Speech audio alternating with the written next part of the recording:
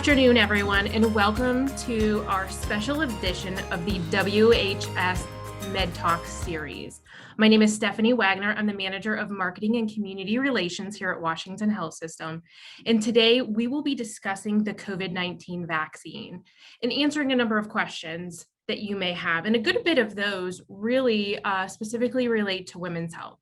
So I have the pleasure today of being joined by two of our amazing OBGYN physicians here at Washington Health System, Dr. Carly Zuala and Dr. Elena Butcher. Both of them work at our WHS OBGYN care office, so they take care of patients externally at our outpatient offices. There are 5 locations.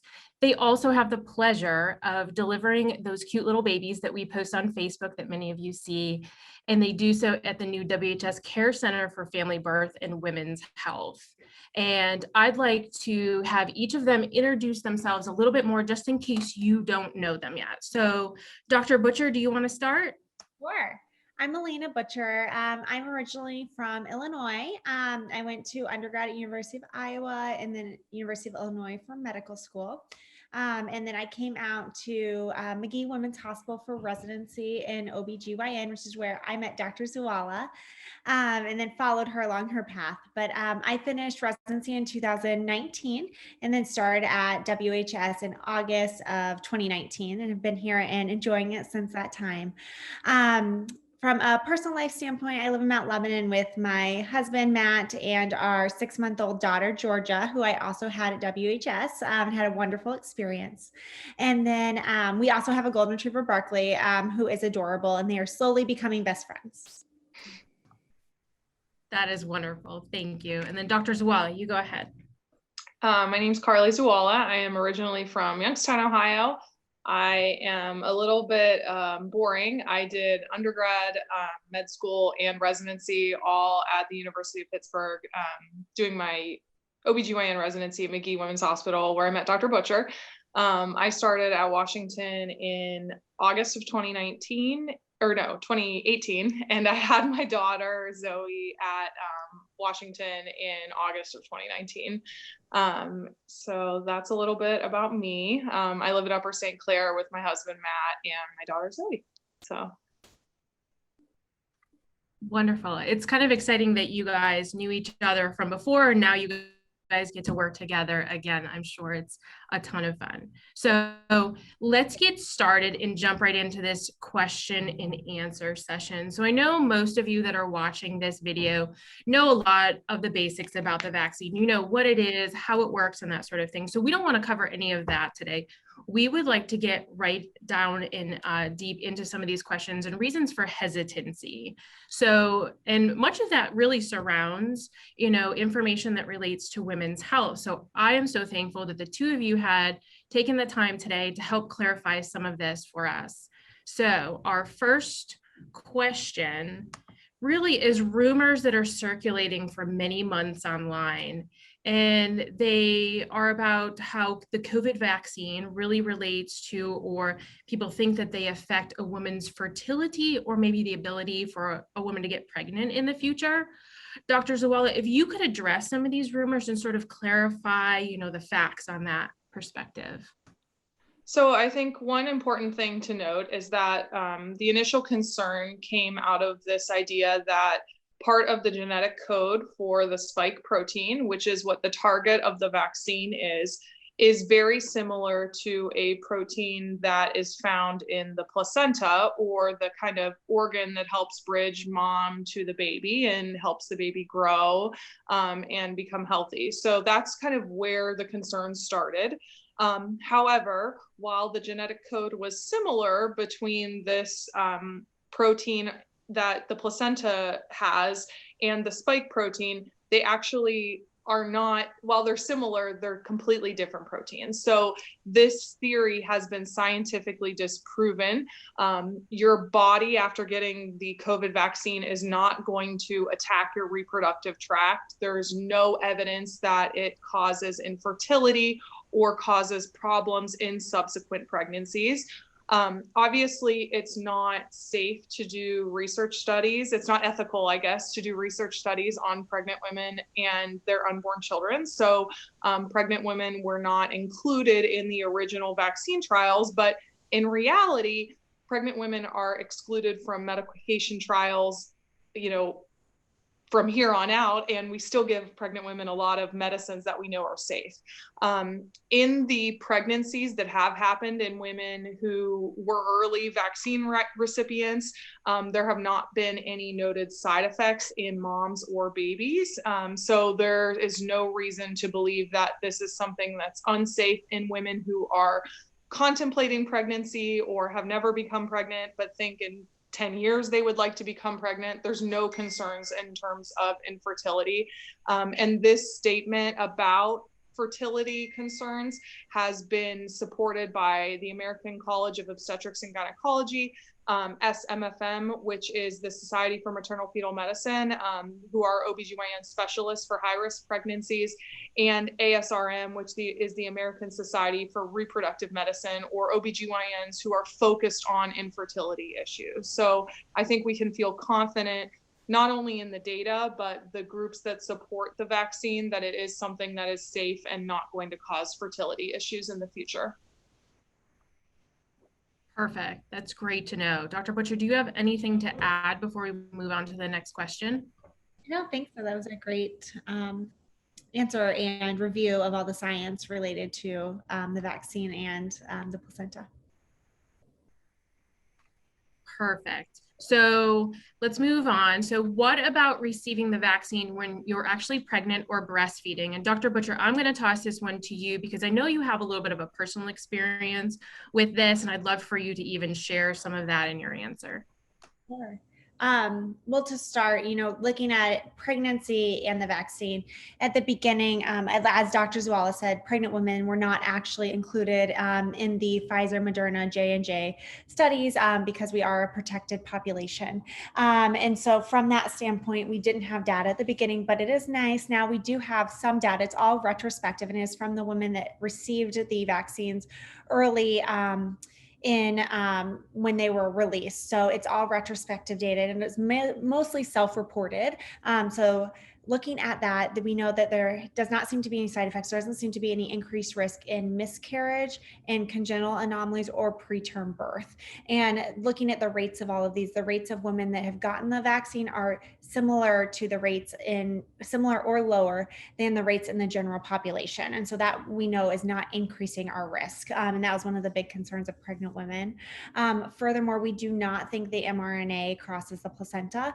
And the benefit of it is that the antibodies do seem to cross the placenta. And so the baby can be born with some immunity, passive immunity from the mom receiving the vaccine, which I think is a huge benefit as these babies are not going to be able to be vaccinated for some time. Furthermore, when we think about pregnant women getting vaccines, we have given pregnant women vaccines for many years, including the flu shot, the Tdap. And again, this is working very similar to the Tdap with passive immunity, where the Tdap we give around 28 weeks for moms to give babies their passive immunity for the whooping cough vaccine, the whooping cough virus. So furthermore, also previously we were thinking that if you got the COVID vaccine, you may need to wait some time before you get the Tdap. That has not been shown to be true. You can get the Tdap right after receiving the COVID vaccine if it's the time in pregnancy when you should. And then from breastfeeding standpoint, I actually received the vaccine when my daughter was 4 weeks old, and then again when she was 7 weeks old with my second dose.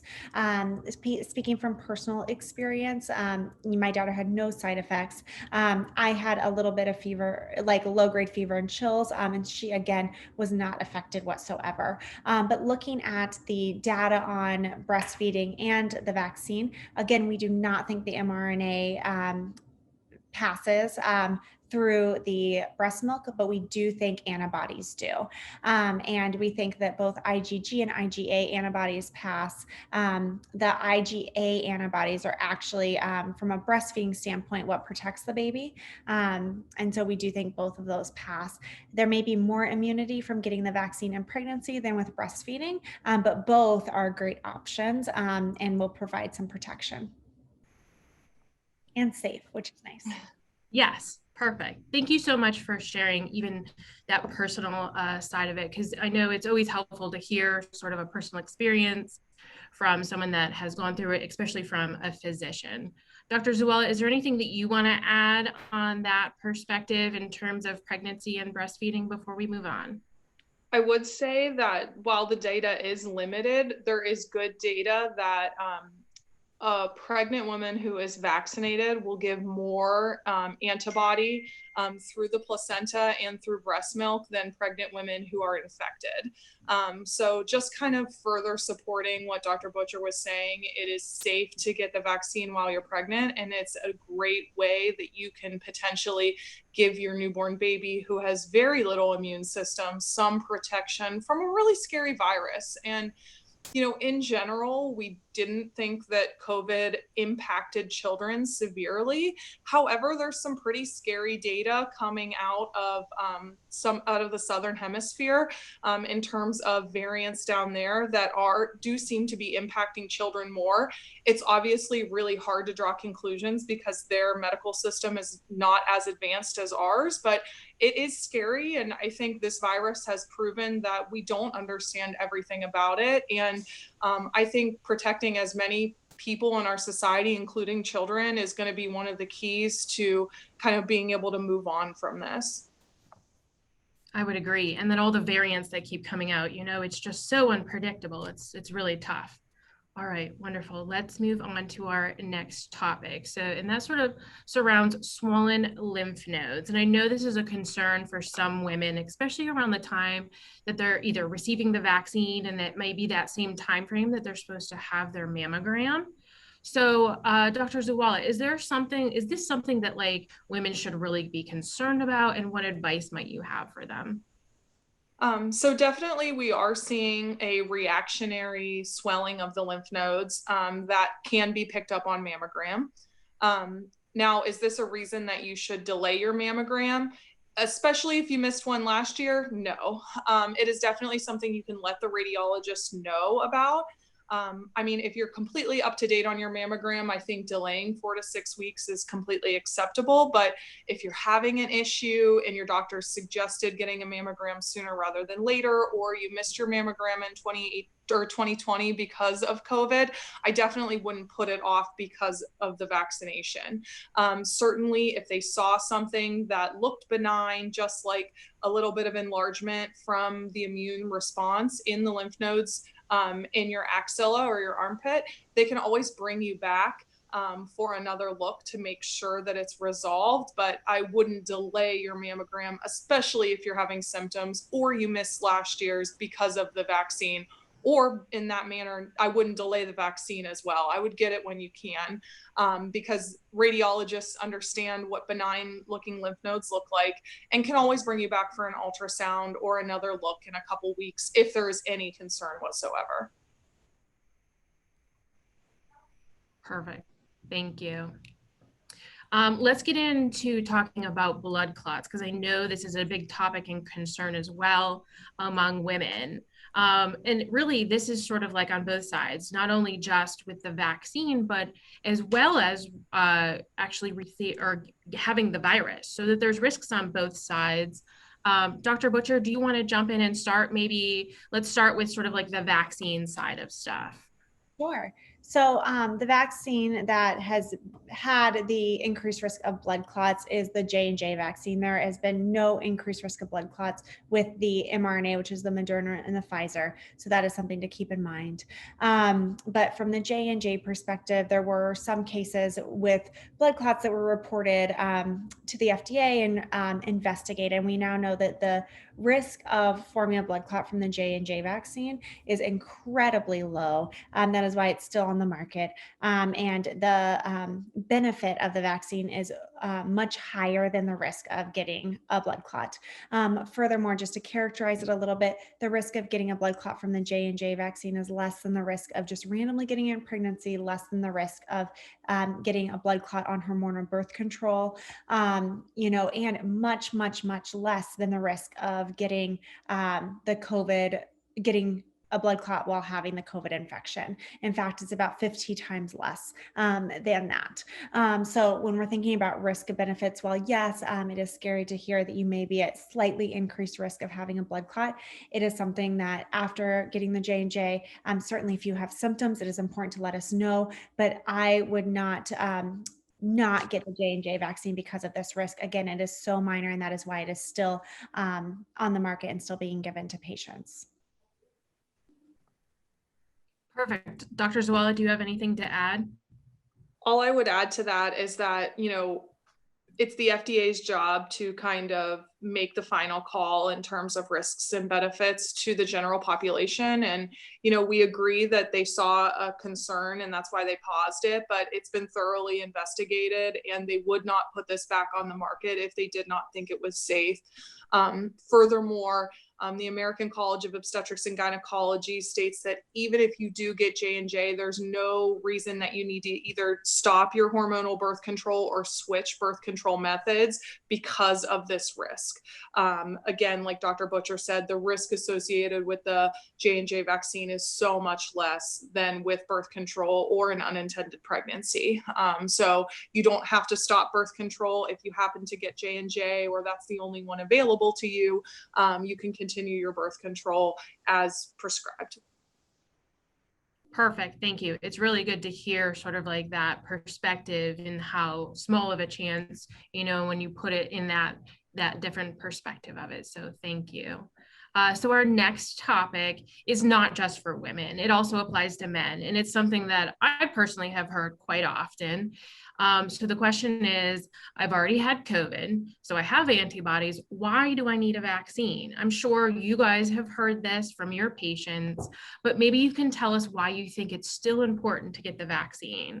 Dr. Butcher, do you want us to take this one? Absolutely.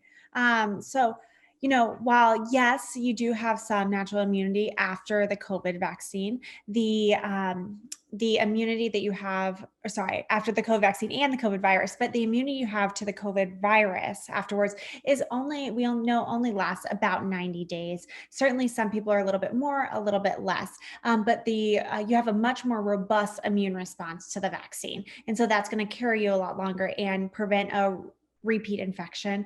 Furthermore, when we're thinking about variants, we know that the Pfizer vaccine is doing really well in covering the variants as well. With the UK variant, that's about 88 to 93% effective against the UK variant. And then the South African variant is about 75 to 80% for that variant. And so the vaccine is going to give you much more broad coverage, let alone all the other variants that are going to come as we go through this. So from that standpoint, you're getting much more immunity. I think it's also really important to think about people that cannot get vaccinated at this time. So children and, people under 12, or, even as the studies come out, is that if you're going to be around these unvaccinated populations or people that cannot get vaccinated at this time, it is really important for you to have immunity around these people. And again, with having the COVID virus, it's only guaranteed for 90 days. And even with that being said, some people, if you did not get a robust immune response to the virus itself, you may not even get that 90-day coverage. And so I think from that perspective, it is important to have the vaccine. It gives you much more broad coverage with a much more robust immune response. Thank you. Dr. Zawala, do you have anything to add to that? I don't. I think Dr. Butcher hit the nail on the head. She did. Okay, so the next one is also a common statement that I hear quite often, and it says that I'm young and I'm healthy, so I don't need the vaccine. So Dr. Zawala, if you heard this statement from, say, a patient, a coworker, a friend, what advice might you give them? So I think starting, obviously in general, young, healthy people do really well when they get COVID. With that being said, we all know of stories in the media, or maybe unfortunately a friend of a friend, a family friend, who's gotten really, really ill from COVID. And we can't look at a person and kind of tell, hey, you have no medical comorbidities, but you may still end up on a ventilator and you may still have major blood clotting issues, infection around the heart, that can cause long-term symptoms. And so while I do think, we all try to think the best for ourselves and wishful thinking, you can't guarantee that.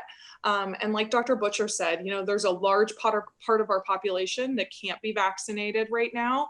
And we certainly don't want to be vectors for, asymptomatic transition or transmission to these populations that can't be vaccinated for whatever reason. So I would encourage people to say, yes, while you may have no comorbidities like obesity, diabetes, asthma, that we think put you at particularly high risk, there are still healthy people who have passed away from COVID. And not only passing away, but patients with significant long-term sequelae who were hospitalized and may need oxygen, supplemental oxygen upon discharge, or even patients who never had, quote unquote, bad enough symptoms to end up in the hospital, but are still ending up to be COVID long haulers, and are having lingering symptoms, brain fog, fatigue, shortness of breath, loss of taste and smell, for months out. And I don't know about everybody else, but for me, loss of taste and smell would be pretty devastating. I really like eating. So, Yes, I think there's, besides, even if you're not concerned about dying, which I think it's really hard for young, healthy people to kind of bring that mortality and into their day-to-day judgment, rightfully so.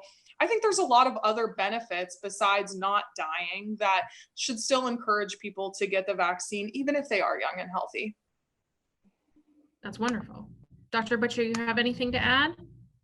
I don't. I think Dr. Zuala did a great job. I think it's just important to remember, as Dr. Zuala was saying, this is really, in this pandemic, we all need to do our part. And I think being able to get vaccinated for those people that cannot get vaccinated, or those people that are high risk, that, may get COVID even with the vaccine if they don't have a robust immune response, people that are on chemotherapy, people that are on immunosuppressants. So if you're going to be around any of these people, again, I would highly recommend considering getting the vaccine to help protect them, not just yourself. That's perfect. Great advice. Okay, so we also know that many people are hesitant and they feel there hasn't been enough research and testing to prove that the vaccine works. So do you have any thoughts or insight on this topic, Dr. Butcher? Yeah. So, speaking first, the mRNA vaccines, which were the Pfizer and the Moderna, have been studied for other research purposes for years. So we do know how they work really well. They were used for chemotherapy in the past, have been trialed for infectious disease etiologies. And so luckily when they were using this more new data, and again, I think they started using it in the 60s. So again, is not actually that new, but new technology. We were lucky enough that it was shown to be so effective. And if this was not as effective, certainly we would not be using it. But with the mRNA, it is shown to be very effective against the COVID vaccine. And we do have years of research looking at mRNA in animal models as well as in human models for just other diseases. And then with that being said, the FDA did approve all of these for emergency use. And that does not mean that they skipped any steps. What this is meant for is that because of the pandemic, usually drug companies are kind of fighting amongst each other, trying to make sure that their information is not used by any other companies. And really, it was really nice that everyone could come together during this and really try to find an effective defense against COVID. And so with that being said, the FDA did not skip any approval processes. They just did them.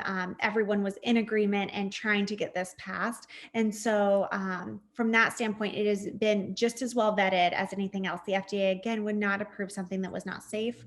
And it has been very well vetted. It just was in a faster time course, mainly because of the drug companies not needing to compete amongst themselves.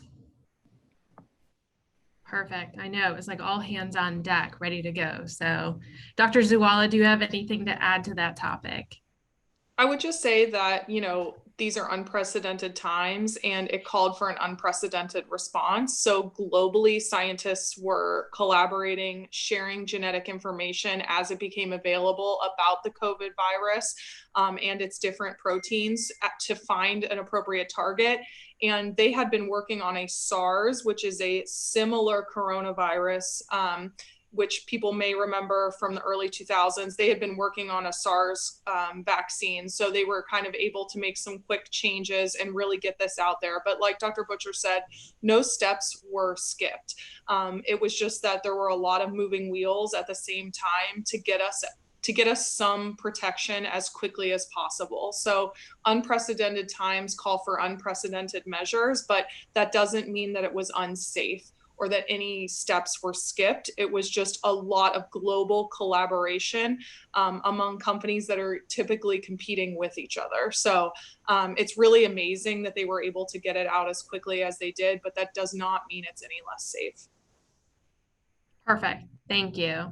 So those were the main questions that I had, because I know we wanted to sort of keep this at around a 30-minute point, but I'd love to toss it back to both of you real quick, just for any sort of closing remarks or information that you'd like to share. So Dr. Butcher, I'll start with you.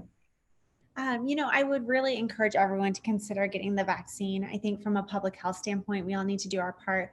Furthermore, though, I know it is scary when you are pregnant or breastfeeding, kind of doing something new, or that, did not have true studies looking at pregnant or breastfeeding women. I hope we were able to answer some questions here and give you some reassurance. But if you have any questions, please, ask us at your appointment, or even if you do not see us, we are free in the hospital anytime. I'm happy to talk to people.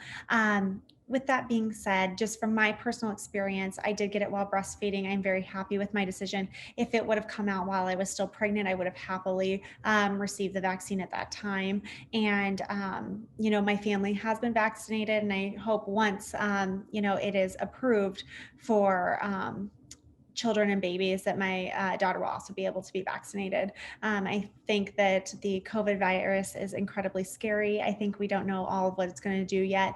And I think providing all of ourselves and our loved ones some protection is well worth it. And I would really encourage everyone to consider getting the vaccine. Perfect. Thank you. Dr. Zawala, I'll let you close as well. I just want to second what Dr. Butcher said. Again, I've been pregnant. I understand how scary it is to put anything inside of your body that you're unsure about. We are both here, as are our partners, to kind of calm any fears that you have about the vaccine, whether you're pregnant, contemplating pregnancy, breastfeeding, or just have general questions, and none of those things are on your mind for the future. We're here for you. We're here to answer your questions. And same, if I had been pregnant, I would have gotten the vaccine without any hesitancy. And I'm a little jealous that I can't give my daughter any immunity because I'm no longer nursing. So I plan on giving it to her as quickly as I can once it becomes available for her age group. Because I do believe what Dr. Butcher said, we need to all do our part to try to move forward from this and get our community safe and back to normal. So I hope this gave some people some new insights. If there's more questions that it raised, again, please reach out to us in any forum. We're more than happy to go over it with you. And thank you for organizing. Absolutely. And as both ladies had mentioned, if you do have questions, please reach out. If you go to WHS.org, at the bottom, there's a contact us form. You can send in questions. We're happy to do that. You can also talk to your PCP when you have your annual appointment, or if both the ladies had mentioned when you're in for your OB appointment, please bring up any concerns along the way. But thank you everybody for watching. Thank you both ladies for joining me today. If anyone is interested in receiving a vaccine, all three of our locations are offering both appointments and walk-in options. And the hours sort of vary right now based on the clinic and the location. So those details can also be found on our website at whs.org/COVID. There you can see walk-in hours or appointment options. But thank you for joining us, and we hope you have a wonderful and healthy day. Bye.